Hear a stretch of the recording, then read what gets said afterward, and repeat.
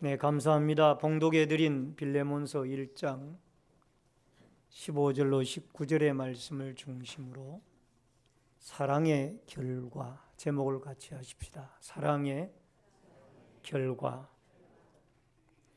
찌는 듯한 무더위가 다 지나가고 아름다운 단풍의 계절이었던 가을인가 싶더니 어느덧 오늘이 입동이라 이제 겨울로 계절은 접어들게 되어진 줄 압니다.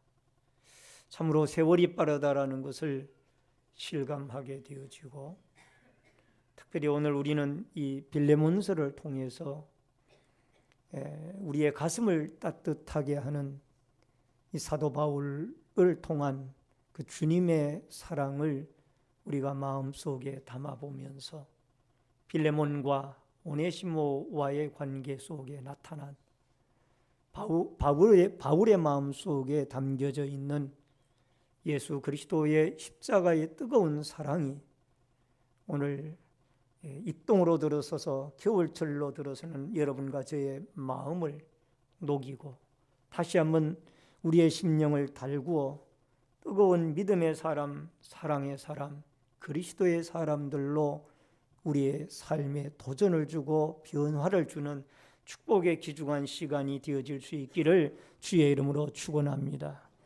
우선 첫 번째로 사랑하니까 새로운 해석이 나오게 됩니다. 여러분 15절과 16절을 읽도록 하겠습니다. 빌레몬서 1장 15절 16절. 아마 그가 잠시 떠나게 된 것은 너로 하여금 그를 영원히 두게 함이니리. 이후로는 종과 같이 대하지 아니하고 종 이상으로 곧 사랑받는 형제로 둘 자라. 내게 특별히 그러하거든 하물며 육신과 주 안에서 상관된 내게랴. 여기에 이 본문에 보면 참 가슴을 찡하게 하는 말씀의 대목이 나옵니다.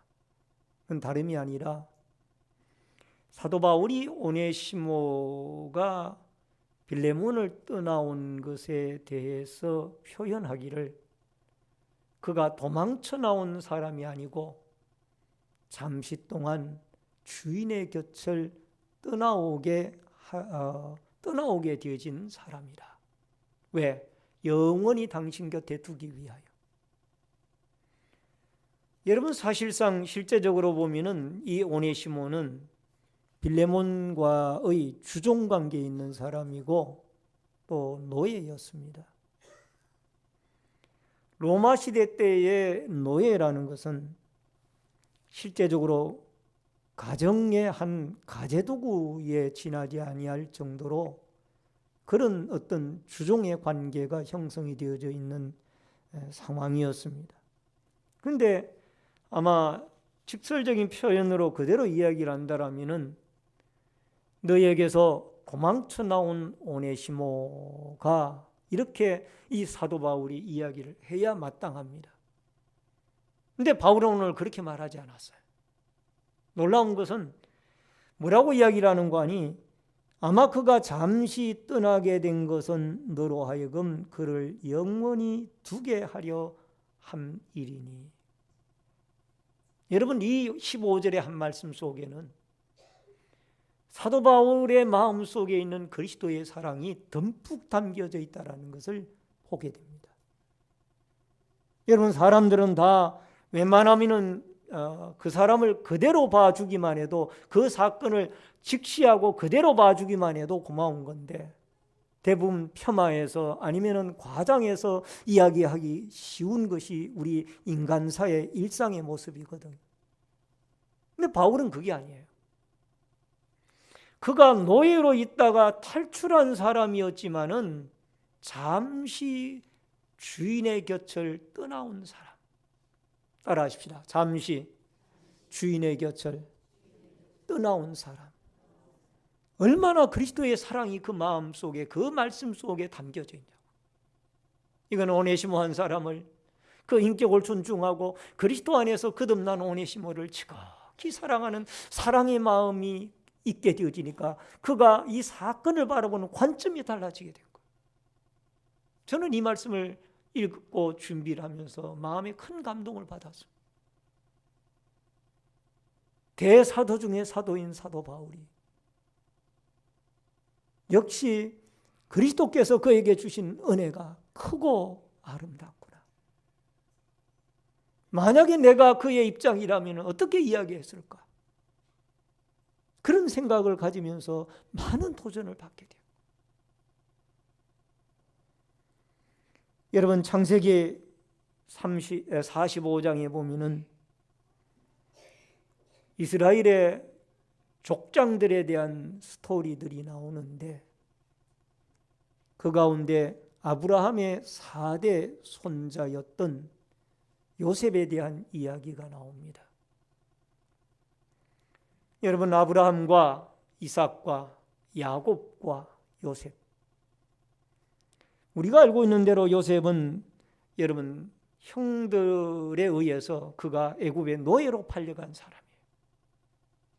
그리고 자기 아버지 야곱에게는 이 요셉이가 아마 짐승에게 찢겨가지고 죽었을 것이라고 짐승의 피를 묻힌 옷을 아버지에게 갖다 드렸지 않습니까? 그래서 야곱은 그 11번째 아들인 요셉이 죽은 줄로만 알고 많은 세월을 슬픔 가운데 보냈죠. 그러나 세월이 많이 흘렀고 이 애굽의 고대 근동에 기근이 오게 되어지고 13년이란 세월이 흐른 이후에 이 요셉은 애굽의 국무총리가 되어집니다. 국무총리가 되어진 이 애굽의 양식을 사러 왔던 이 요셉의 형들이 결국은 서로 신분이 밝혀지게 되어지면서 알게 되어지고 두려워 떱니다. 왜? 13년 전에 노예로 이 동생을 팔았거든요. 그런데 두려워 떨고 있는 이 형들에게 요셉이 뭐라고 이야기합니까? 창세기 45장 4절로 5절에 보니까 요셉이 형들에게 이르되 내게로 가까이 오소서. 그들이 가까이 가니 이르되 나는 당신들의 아우 요셉이니 당신들이 애굽의 판자라. 당신들이 나를 이곳에 팔았다고 해서 근심하지 마소서. 한탄하지 마소서. 하나님이 생명을 구원하시려고 나를 당신들보다 먼저 보내셨나이다. 따라하십시다. 하나님이 생명을 구원하시려고 나를 당신들보다 먼저 보내셨나이다.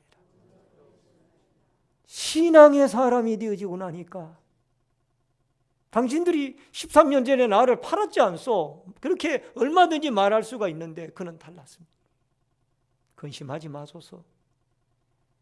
하나님이 이 어려운 때에 당신과 당신의 가족들의 생명을 구원하려고 나를 이 애굽에 먼저 보내셨나이다. 따라하십시다. 하나님이 나를 먼저 보내셨나이다. 할렐루야. 사랑이 들어가니까 이 사건을 바라보는 관점이 달라지는 거예요.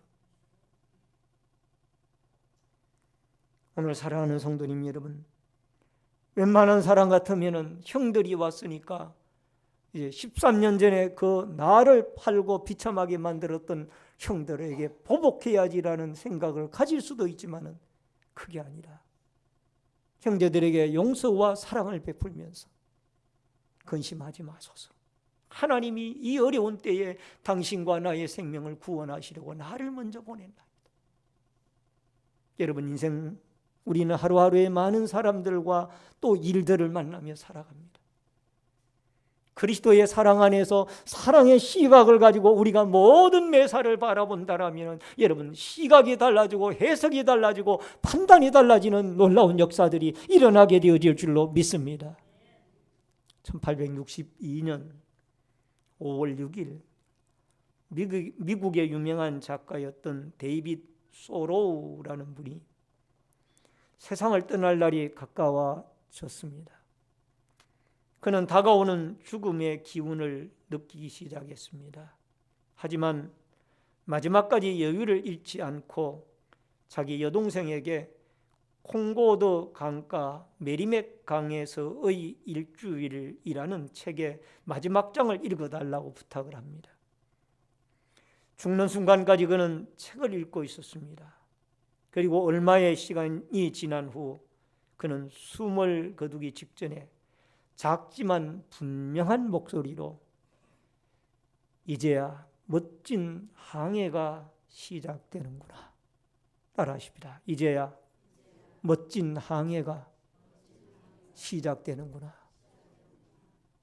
여러분, 이 데이빗 소로우는 죽음에 대한, 천국에 대한 어떤 신앙의 관념을 가지게 되어지니까 여러분, 죽음 자체가 바로 천국으로 입성하는 관문이라는 사실을 그가 깨닫고 최후의 순간을 맞이하는 거예요. 그래서 이 신앙의 사람, 소로우뿐만이 아니라 신앙의 사람에게는 죽음이라는 것이, 따라하십니다, 천국 환송 송별식이다.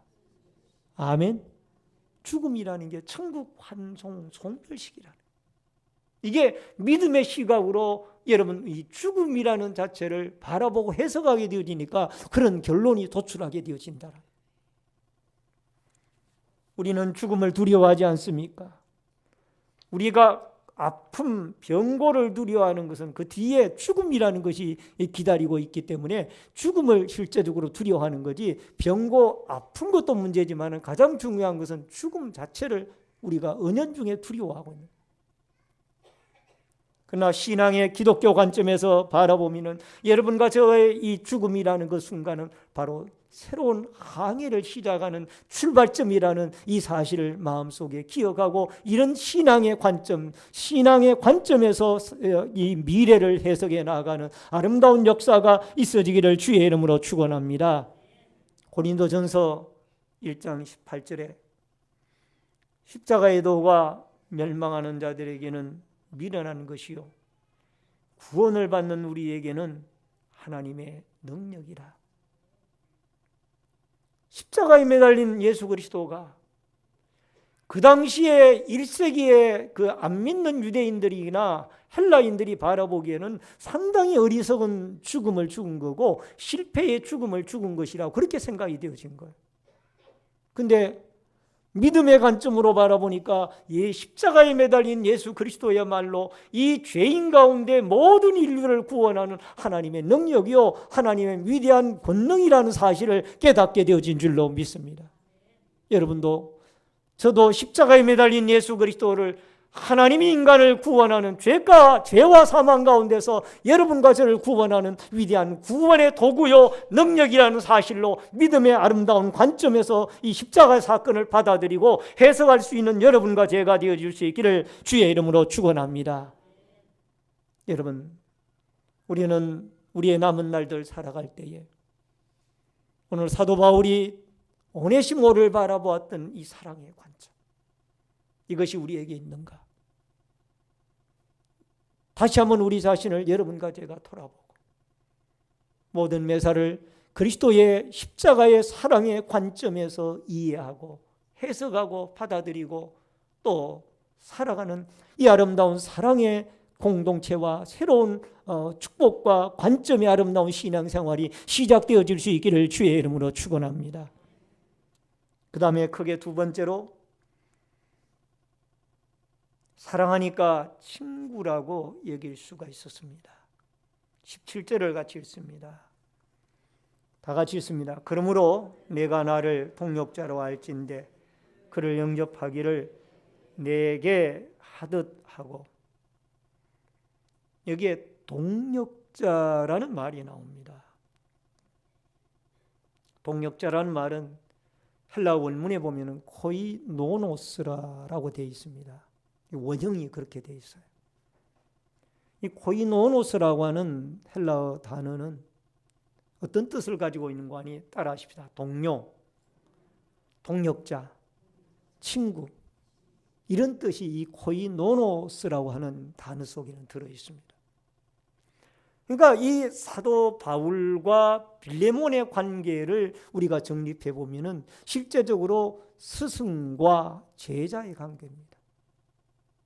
빌레몬은 비록 많은 물질을 소유하고 있었고 또 자기 집을 골로새 교회에 처소로 제공하기도 했지만은 그는 평신도 사역자였고 철저하게 사도 바울에게서 훈련을 받은 사람. 그리스도를 바울을 통하여 영접하게 되어졌고 에베소에서 사도 바울이 사역할 때 그곳을 왕래하면서 많은 학자들은 그렇게 추측을 하고 있습니다. 에베소에서 사도 바울이 사역을 할 때에 이 빌레몬은 골로새에서 그 에베소를 오가면서 예수 그리스도를 받아들이고 신앙의 훈련을 받았다. 그러면 빌레몬에게 있어서 사도 바울은 대스승입니다. 바울에게 있어서 빌레몬은 제자예요. 그런데 오늘 성경 여기에 보니까 코이노노스, 그는 나의 친구다, 나의 동역자다, 나의 동료다.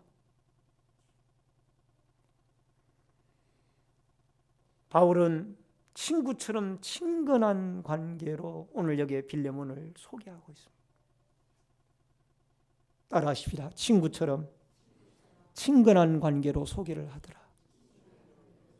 여러분, 친구에게는 내가 힘든 일, 어려운 일, 또 좋은 일, 슬픈 일을 이야기를 합니까? 안 합니까?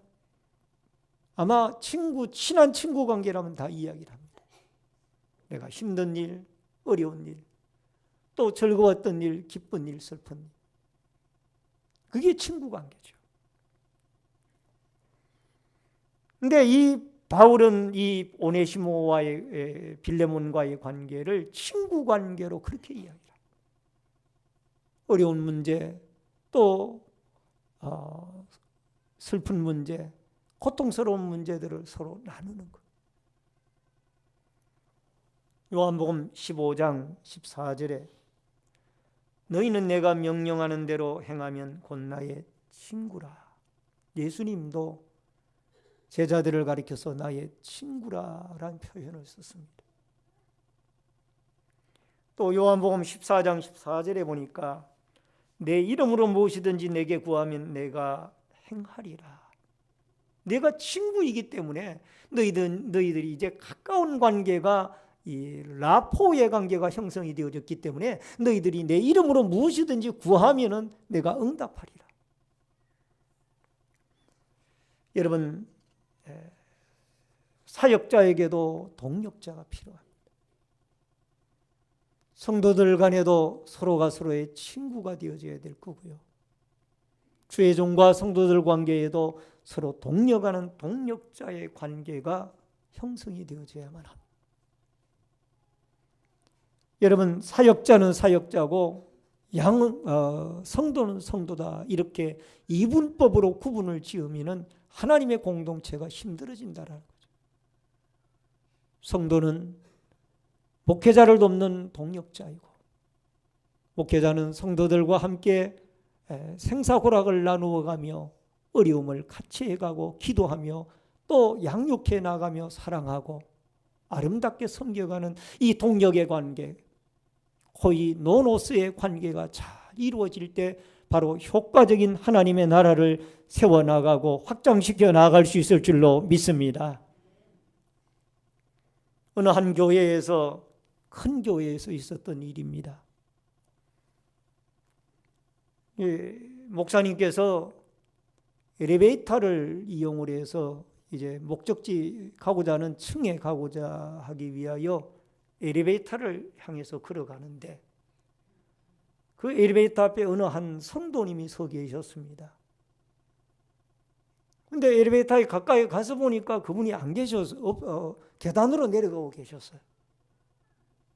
그래서 그 목사님이 생각하기를 저 성도님이 왜 엘리베이터를 이용 안 하고 저렇게 계단으로 내려갈까?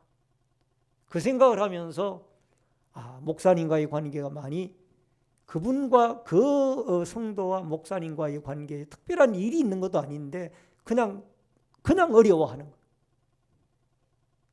그래서 그 목사님이 생각하기를 성도와 목사님의 관계 속에도 이렇게 서로 빌레몬과 바울의 관계처럼 코이노노스라는 이 동역자 관계의 의식이 필요하구나. 따라하십시다. 우리는 예수 안에서 동역자입니다. 아멘. 하나님의 나라와 교회를 위하여 같이 달려나가는 이 코이노노스라고 하는 동역자의 아름다운 관계를 가지고 여러분과 제가 이 아름답게 하나님의 교회를 섬기고 또 하나님의 나라를 위하여 전진해 나가는 이 축복과 은혜가 여러분과 저에게 있어지기를 주의 이름으로 축원합니다. 마지막 세 번째로, 사랑하니까 행동이 수반이 됩니다. 18절을 여러분 같이 읽겠습니다. 다 같이 읽습니다. 시작. 그가 만일 내게 불의를 하였거나 내게 빚진 것이 있으면 그것을 내 앞으로 계산하라. 여러분, 놀라운 것은 만약에 오네시모가 빌레몬에게 물질적인 손실을 입혀가지고 빚진 것이 있으면은 내 앞으로 돌려라. 내가 그것을 계산할 것이다. 오네시모를 너무너무 그리스도 안에서 사랑하니까, 그리스도의 사랑이 사도 바울의 마음을 장악하고 있으니까 바울은 그 오네시모가 처한 안타까운 입지를 행동으로 도와주고 싶은 거예요. 말로만 도와주는 것이 아니라 행동으로 돕고 싶은 겁니다. 여러분, 놀라운 것은 19절을 보세요. 19절에 보면은 사도 바울이 얼마나 이 말이 확실한지를 알 수가 있습니다. 같이 읽습니다. 시작. 나 바울이 친필로 쓰노니 내가 갚으려니와. 뭘로 쓰노니? 친필로 쓴다는 말은 요즘으로 말하면 뭐 한다는 얘기예요? 사인한다는 얘기예요. 바울 서신 13편의 서신서 가운데는 개설을 한 서신서도 많이 있습니다. 바울이 눈이 시력에 좋지 않기 때문에.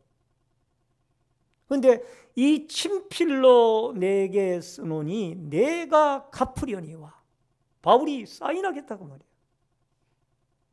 이것은 말로만 하는 것이 아니라 이 빌레몬에게서 오네시모로 하여금 자유함을 얻도록 하기 위하여 그가 액션을, 직접적으로 사랑의 액션을 취하는 아름다운 모습을 여기서 우리는 볼 수 있다라는 거예요. 예수님이 12제자를 죽음을 앞두고 불러 모았습니다. 그리고 그 제자들의 가장 부끄러운 부분이 여러분 발입니다. 발을 씻어줍니다. 6월절 만찬날 수건을 허리에 두르시고 대야에 물을 떠가지고 제자들의 친히 냄새나는 발을 예수님이 씻어주셨습니다. 여러분, 사람들은 다 냄새나는 발을 숨기고 싶어 합니다. 이게 모두가 다 공통 심리예요. 그런데 예수님이 제자들의 그 냄새나는 발을 직접 대야에 물을 떠다가 일일이 그를 씻어준다는 것은 이 얼마나 위대한 사랑의 실천의 모범을 우리에게 보여줬습니다. 따라하십시다. 제자들의 발을 씻기는 사랑의 모범을 배웁시다. 아멘. 제자들의 발을 씻어주는, 냄새나는 손이 아니에요. 손 씻겨주는 건 쉽잖아요. 발을 씻겨주는 그 사랑의 모범을 우리는 여기에 예수님의 모습에서 발견할 수 있습니다. 이 모습이 사도 바울에게 있는 거예요. 이 사랑이 사도 바울에게 전염이 되어집니다. 여러분과 저에게도 이 사랑이 퍼져갈 수 있기를, 도전되어질 수 있기를 주의 이름으로 축원합니다. 요한일서 4장 7절로 8절에 보니까 사랑하는 자들아 우리가 서로 사랑하자. 사랑은 하나님께 속한 것이니 사랑하는 자마다 하나님으로부터 나서 하나님을 알고 사랑하지 아니하는 자는 하나님을 알지 못하나니 하나님은 사랑이십니다. 여러분, 바울이 위대한 것보다는, 그도 위대하지만 그 속에 역사하는 하나님의 사랑이 위대합니다. 하나님의 사랑이, 십자가의 사랑이 그 속에 역사하고 있기 때문에 그는 오네시모가 도망친 사람이 아니라 잠시 떠난 사람이라고 이야기하고, 오네시모가 어려움 당한 그 모든 문제를 직접 해결해 주기 위하여 내가 친필로 이 편지를 써놓으라. 자기의 까마득한 제자였지만 빌레몬에게 코이노노스, 너는 나의 친구다, 나의 동역자다 말씀을 드립니다. 우리는 짧은 25절밖에 되어지지 아니하는 한 장으로 이루어진 빌레몬서이지만 이것이 신약의 정경으로 인정을 받게 되어진 것은 하나님의 깊은 뜻이 있다라. 예수 그리스도의 십자가의 뜨거운 사랑이 사도 바울과 빌레몬과 오네시모와의 관계 속에서 어떻게 역사하고 있는가? 이거를 이 시대를 살아가고 있는 여러분과 저에게 깨닫게 하고 또 깨우치기 위하여 우리의 후세대들에게 또 앞선 세대들에게 깨우치게 하기 위하여 하나님께서는 바울을 통하여 이 빌레몬서를 기록하게 합니다. 예수님의 십자가의 사랑. 이 세상은 점점 더 개인주의 사회로 사랑이 식어져 가고 있는 시대입니다. 예수님의 십자가의 사랑이 오늘 여러분과 저로 하여금 인생을 재해석하게 하고 또 사람과 사람의 관계를 아름답게 동역의 관계를 회복시키며 더 나아가서 그리스도의 십자가의 위대한 사랑을, 하나님의 독생자를 보내주신 위대한 사랑, 여러분과 제가 몸소 실천하며 살아가는 이 아름다운 복된 날들이 여러분과 저에게서 이르기를 주의 이름으로 축원합니다. 축원합니다. 다 같이 통성으로 또 어깨가